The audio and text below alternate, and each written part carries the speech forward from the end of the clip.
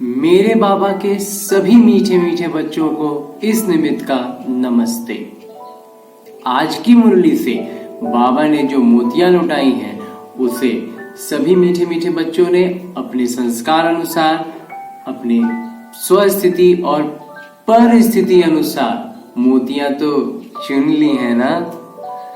चलिए अब आगे अपने पुरुषार्थ को तीव्र करने के लिए, तीव्र पुरुषार्थी बनने के लिए और बुद्धि रूपी कलश को ज्ञान रूपी माखन से भरने के लिए शुरू करते हैं मुरली का मंथन। आज की मुरली में बाबा कहते हैं कि योगेश्वर पिता आए हैं हमें राजयोग सिखलाकर विक्रमाजीत बन भविष्य में महाराजा महारानी बनाने के लिए। तो ये बाबा जो आए हैं वो हमें राजयोग सिखलाते हैं। बाबा आज कहते हैं कि ये राजयोग है, ऐसा योग जिससे विश्व का राजाई मिलता है, ये प्रजा योग नहीं है। तो यहाँ इस योग को, इस ज्ञान को समझने से हम पूरे विश्व के राजा बनते हैं, लक्ष्मी नारायण बनते हैं। और इससे बाबा प्रश्न पूछते हैं कि विकर्मों से बचने के लिए क्या करना होगा। तो विकर्मों से बचने के लिए सिर्फ एक है, एक शिव बाबा और दूसरा कोई भी याद में न रहे। और ये विकर्मों को समझने के लिए कल भी बाबा ने मुरली में एक जो बात कही थी उसको थोड़ा और अच्छे से हम लोग समझ सकते हैं कि बाबा ने कहा विकर्म का मतलब है विकल्प का। जो कर्म का विकल्प है, इसको जैसे ऑप्शन होता है ना कि मेरे पास ये भी ऑप्शन है, वो भी ऑप्शन है, मेरे पास हम ऐसा भी कर सकते हैं, वैसा भी कर सकते हैं। तो ऐसा जो भी कर्म होगा उसको बोलते हैं विकल्प वाला कर्म। तो जिस कर्म का विकल्प है वो हो गया ऑप्शनल। तो ऑप्शन है तो फिर दूसरा कर्म भी कर सकते हैं। और दूसरा कर्म कौन सा है? बाबा की याद में, बाबा की सेवा में अपने जीवन का ऊर्जा को लगाना, अपना पुरुषार्थ करना। ये हुआ, ये हमारे पास विकल्प है। तो फिर हम उन कर्मों में, उन मोह के बंधनों में बंध के करने वाला कर्म क्यों करें कि जिसमें आज किसी को देंगे तो फिर कल किसी से लेंगे, फिर कल किसी से ले लेंगे आज तो फिर कल उनको देना पड़ेगा, इसलिए फिर उलझे रह जाएंगे। तो वो लेन देन वाला कर्म नहीं करके हमें दूसरा कर्म करना है और वो है बाबा की याद में, बाबा की सेवा में। इसको एक ऑप्शन के रूप जब देखते हैं, ऑप्शनल जब देखते हैं, तो इसमें लौकिक पढ़ाई की भी एक युक्ति याद आती है कि जब हम लौकिक पढ़ाई पढ़ते हैं तो कॉलेजों में जब हम पहुंचते हैं तो वहां पर एक ऑप्शनल सब्जेक्ट होता है। ऑप्शनल सब्जेक्ट जो हुआ वैकल्पिक विषय, जिसमें केवल उत्तीर्ण होने की जरूरत होती है। उसके अंक मुख्य परीक्षा का जो अंक मिलते हैं उसमें उसे सम्मिलित नहीं किया जाता, बस उसे उसमें उत्तीर्ण होने की जरूरत होती है। उस विषय में उत्तीर्ण हो गए और बस हो गया। और बाकी जो मुख्य परीक्षा का जो विषय है, जो परीक्षा उसकी ली गई है, उसमें हमें पूरा ध्यान देना होता है। बिल्कुल वही स्थिति इस पढ़ाई के साथ भी है। इस पढ़ाई में भी ये जो कर्मों का बंधन से जो के लिए जो कर्म करने हैं, इसमें बस उत्तीर्ण होने भर, बस काम भर थोड़ा सा काम करना है, ज्यादा इसमें उलझने की जरूरत बिल्कुल नहीं है। सारा समय, सारा मेहनत इसी में लगा देंगे और मुख्य विषय जो है उसमें हम अनुत्तीर्ण हो जाते हैं।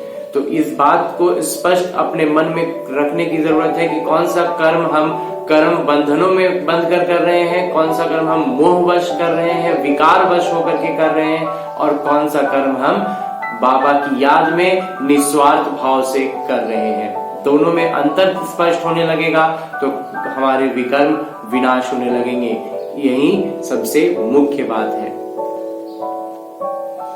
दूसरा प्रश्न जो बाबा आज पूछ रहे हैं वो है कि बाबा कहते हैं कि परमपिता परमात्मा शिव बाबा को हम बच्चों से क्या आस है, क्या उम्मीदें हैं।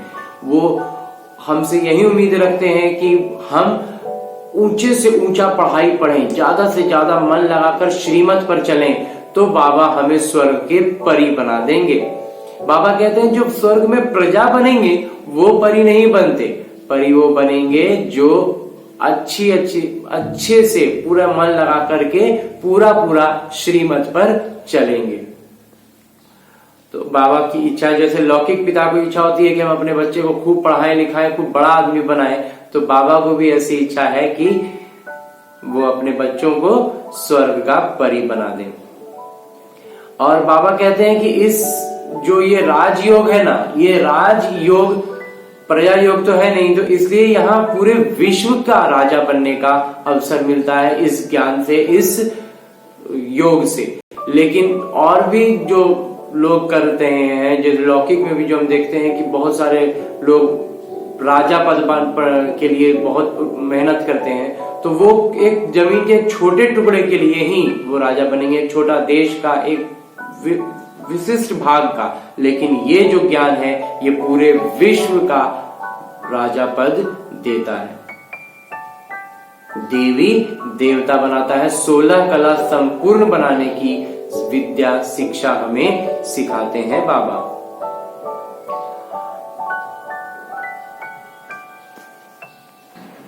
कई बच्चे कहते हैं बाबा योग नहीं लगता, माया हमसे उल्टा कर्म करा देती है।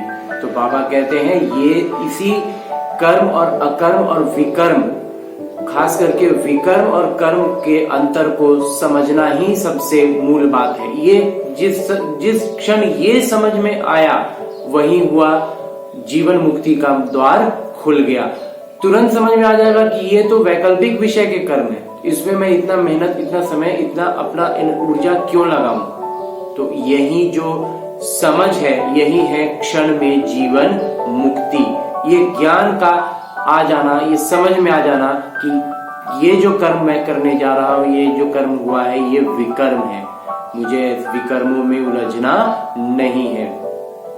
जितना विकर्मों में जाएंगे, जितना ज्यादा देह अभिमान बढ़ेगा, शरीर के बन करके सोचेंगे, तो फिर विकर्मों में ही उलझेंगे। आत्माभिमानी बनेंगे तो फिर ये बातें बहुत ज्यादा स्पष्ट होती जाएंगी।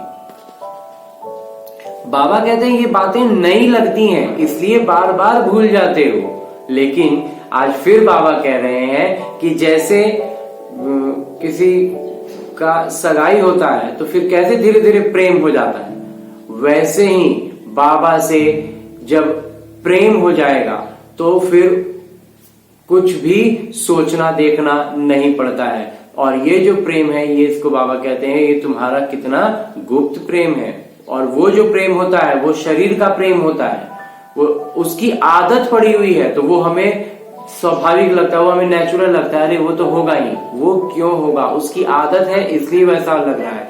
एक बार बाबा की बातें नई लग रही हैं, लेकिन इसको थोड़ा अभ्यास में लाएंगे, थोड़ा सा उसमें उसकी तरफ सोचेंगे, समय लगाएंगे, तो फिर वो यही स्वाभाविक लगने लगेगा, वही लगेगा कि ये क्या है, ये तो फालतू की चीजें हैं, जिस्मानी प्यार, शरीर के प्रति आकर्षण बिल्कुल फालतू है। कुछ बच्चे कहते हैं कि बाबा ये 5 विकार मुझे बहुत परेशान करते हैं। तो बाबा कहते हैं अपनी स्थिति को इतना मजबूत बनाओ कि ये अंदर प्रवेश ही ना करें, क्योंकि जैसे जैसे ज्ञान में आगे बढ़ते जाएंगे, इसके लिए भी एक छोटा सा उदाहरण है लौकिक का, कि जब जैसे कोई खेल में पहले अपने डिस्ट्रिक्ट लेवल पे खेल होता है तो उसमें कोई जीतते हैं, फिर वो स्टेट लेवल पे पहुंचते हैं, राज्य स्तरीय स्तर पर वो मतलब अपना खेल का प्रदर्शन करते हैं। अगर कोई इसी तरह का जैसे कराटे हो या इस तरह का हॉकी, कोई भी खेल, तो उसमें उस स्तर के खिलाड़ियों से उनकी मुलाकात होती है, उस स्तर के खिलाड़ियों को वो हरा पाते हैं, तब वो फिर राष्ट्रीय स्तर पर पहुंचते हैं, और राष्ट्रीय स्तर के खिलाड़ियों को वो हराते हैं, तब वो अंतरराष्ट्रीय स्तर पर पहुंचते हैं, और अंतरराष्ट्रीय स्तर पर उनको सामने के जो प्रतिद्वंदी होते हैं वो हर स्तर पर पीछे वाले स्तर से अधिक ऊंचे, अधिक मजबूत, अधिक हर चीज में वो ज्यादा बलशाली होते हैं। तो यही काम हम इस ज्ञान में भी और माया के साथ भी देखते हैं। जैसे जैसे ज्ञान में आगे बढ़ेंगे, माया भी उतने अधिक शक्तिशाली रूप में आती है। माया भी जब अज्ञान में थे, जब तो ये विकारों का जो तूफान है ये कभी आता ही नहीं था, ये सब तो साधारण था, ये सब तो कहाँ, ये सब तो कभी विचार ही नहीं आता था। लेकिन जब से ज्ञान सुनने लगे हैं, ज्ञान में जाने लगे हैं, उतना ज्यादा आकर्षण विकार की तरफ आने लगता है, विकार उतनी तेजी से अपनी ओर खींचता है। तो इसको समझ चुके रहेंगे, इसको जान चुके रहेंगे कि ये तो उसका भी ट्रिक्स है कि वो हमको ऐसे खींच रहा है, तो फिर हम वहां पर भी अपने आप को मजबूत बना पाएंगे। उसी को बाबा कहते हैं कि अपने अंदर प्रवेश ही नहीं होने देना। और अंत में बाबा वरदान देते हुए कहते हैं कि कोई भी कार्य करते सदा दिल तख्त नशीन रहने वाले बेफिक्र बादशाह भवा। इसका मतलब यह है कि हम जो भी काम कर रहे हैं उस समय हम बाबा की याद में रह के करें, तो इसका एक असर ये भी होता है कि हम फिर वैसा कोई काम करने भी नहीं पाएंगे जो बाबा को हम सम्मुख आराम से उनसे एकदम आमने सामने बैठ के बातें कर सकें कि बाबा हम ऐसा कर रहे हैं, ये कर रहे हैं। हमको जब खुद में ये एहसास है कि ये काम गलत है तो हम बाबा से वो बात करने में हिचकेंगे, मतलब बाबा की याद से दूर जाएंगे। तो ये भी एक बहुत अच्छा बात होता है बाबा की याद में रह के कोई भी काम करने में, कि जो काम श्रीमत से अलग होने लगता है वो काम हम करेंगे ही नहीं, और इससे बाबा की याद में रहेंगे। और जब हम, तो फिर जाहिर सी बात है कि हमारा वो कर्म जो फिर हम करेंगे वो श्रीमत पर करेंगे, और जब श्रीमत पर करेंगे तो फिर कहते हैं बेफिक्र बादशाह भव। अच्छा, मुरली मंथन से इस निमित्त द्वारा ये था थोड़ा सा माखन। ओम शांति। मेरे बाबा के सभी मीठे मीठे बच्चे उठते बैठते चलते फिरते काम करते सोते जागते करते रहे मुरली का मंथन। बढ़ेगा बुद्धि रूपी कलश में ज्ञान रूपी माखन। छटेंगे विकार होगा विकास, बढ़ेगा पुरुषार्थ, होंगे कई निज अनुभव, सहज होगी बाबा की याद, रहेगा अगली मुरली का इंतजार। तब तक सदा है सर्वदा है मेरे बाबा का प्यार। ओम शांति।